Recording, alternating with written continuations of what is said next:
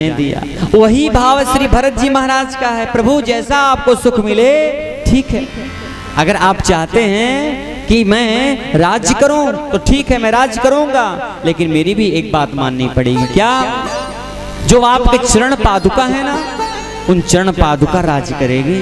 हम तो सेवा करेंगे, सेवा हम केवल सेवा करेंगे, क्योंकि सेवक का जो धर्म होता है बंधुओं बड़ा कठोर होता है। सेवा का धर्म अगर आपने अपने जीवन में धारण कर लिया बंधुओं, इससे बढ़कर के और कोई धर्म नहीं हो सकता। भरत जी का जो धर्म है लक्ष्मण से भी बढ़कर के धर्म है। ध्यान देना मेरे प्यारे, उनका जो धर्म है वो विशेषतर धर्म है। ठाकुर जी के सुख में ही सुख का अनुभव करना महाराज, ये किसका धर्म है? श्री भरतलाल जी का धर्म है। राम जी को वनवास मिला, ध्यान देना, भरत जी को तो नहीं मिला है। किसको मिला है? राम जी को मिला, भरत जी को नहीं मिला है। और भरत जी को तो क्या मिला है? राज्य मिला है महाराज। आज अपनी माता के महाराज उस प्रस्ताव को भी ठुकरा दिया महाराज जी। महाराज जब अपने नैनीहाल से आते हैं और कहते, आज श्री भरत जी महाराज और शत्रुघ्न जी महाराज के हृदय में महाराज बड़ा कष्ट है कि क्या बात है, आज हम ऐसे दुख स्वप्न क्यों देख रहे हैं महाराज। और जैसे ही प्रातः कालीन हुआ तब तक सेवक पहुंच गए कि आपको अयोध्या चलना है, और तुरंत श्री भरत जी महाराज चल पड़े। और जब अयोध्या की उस पावन भूमि पर पहुंचते हैं महाराज, तो जिस व्यक्ति ने श्री भरतलाल जी को देखा बंधुओं, उस सब ने भरतलाल जी के नेत्रों से अपने नेत्र को नहीं मिलाया। सभी लोगों ने अपने दरवाजे बंद कर लिया। कोई भी व्यक्ति भरत जी से बात करना पसंद नहीं करता महाराज। भरत जी जब अयोध्या पहुंचे तो आज अयोध्या शमशान लग रही थी महाराज। कोई नगरवासी भरत की ओर सीधे बात नहीं करता। आज हम सब भरत को संत मानते हैं, पर उस समय सबके मन में भरत जी को लेकर के क्या था? संशय था। किसी का ही रहा होगा जो राम को आज वनवास हुआ है, कहीं ना कहीं भरत की प्रेरणा रही होगी। सबके मन में भरत जी को लेकर के महाराज संशय था। और यही संसार की रीत है महाराज। प्यारे, जीवित संत को पहचान लेना हर किसी के बस की बात नहीं है, क्योंकि संत चमड़े की आंख से नहीं देखे जाते, हृदय की आंख से देखे जाते हैं। भरत जी सीधे कैकेयी के महल में गए महाराज, क्योंकि राम जी वहीं मिलते थे। क्योंकि राम जी अगर श्री कैकेयी अम्बा अगर किसी से अत्यधिक प्रेम करती थी तो श्री राम जी से महाराज, भरत से भी अधिक प्रेम श्री राम जी से करती थी कैकेयी अम्बा। भरत जी जानते थे कि एक साथ सबका दर्शन वहीं हो जाएगा। कैकेयी अम्बा के महल में महाराज सीधे पहुंच गए। की थाली लाई है महाराज आरती उतारने के लिए महाराज, लेकिन भरत जी की नजर आरती पर नहीं है, इधर उधर है कि राम जी कहाँ हैं। राम जी को देखना चाह रहे हैं श्री भरतलाल जी महाराज। मैया ने मैया से पूछा, मैया राम जी कहाँ हैं, पिताजी कहाँ हैं, लक्ष्मण जी कहाँ हैं? पर महाराज कैकेयी को जिसका भय था आज वही हुआ बंधुओं। कैकेयी जानती थी कि सबसे पहले आकर के भरत हमसे ही पूछेंगे कि राम जी कहाँ हैं, कहो कहाँ तात, कहाँ सब माता। बताओ बताओ, माँ भगवती जानकी कहाँ है, मेरी भाभी कहाँ है? श्री भरत लाल जी के वचनों को सुनकर के महाराज कैकेयी अम्बा ने कहा, बेटा भरत, मैंने सारी बात बना ली थी, मैंने सारी बात बना ली थी। और एक बात बताऊं भरत, बेचारी जो मंथरा थी ना, ये बड़ी सहायक हुई महाराज, बड़ी सहायक हुई, पर विधाता बीच में जरा सा काम बिगाड़ दिया। और जानते हैं क्या हुआ? आपके जो पिताजी थे ना, वो देवलोक को चले गए। और बंधुओं, जैसे ही ये बात श्री भरतलाल जी ने सुना कि पिताजी देवलोक चले गए, इतना सुन करके महाराज भूमि पर गिर पड़े महाराज, तुरंत भूमि पर गिर पड़े। फिर धीरज धर करके बोले, पिताजी के मरने का कारण बताओ, पिताजी मरे तो क्यों मरे बताओ, अभी तो ऐसी अवस्था भी नहीं थी कि पिताजी की आकस्मिक मृत्यु हो जाए, बताओ उनके मरने का कारण बताओ माँ। पुत्र के वचन को सुन करके कैकेयी ने अपनी सब करनी महाराज शुरू से लेकर के अंतिम सब कुछ सुना दिया महाराज। और जैसे ही राम जी का वन गमन सुना, भरत जी के नेत्रों से गंगा जमुना की धार बहने लगी।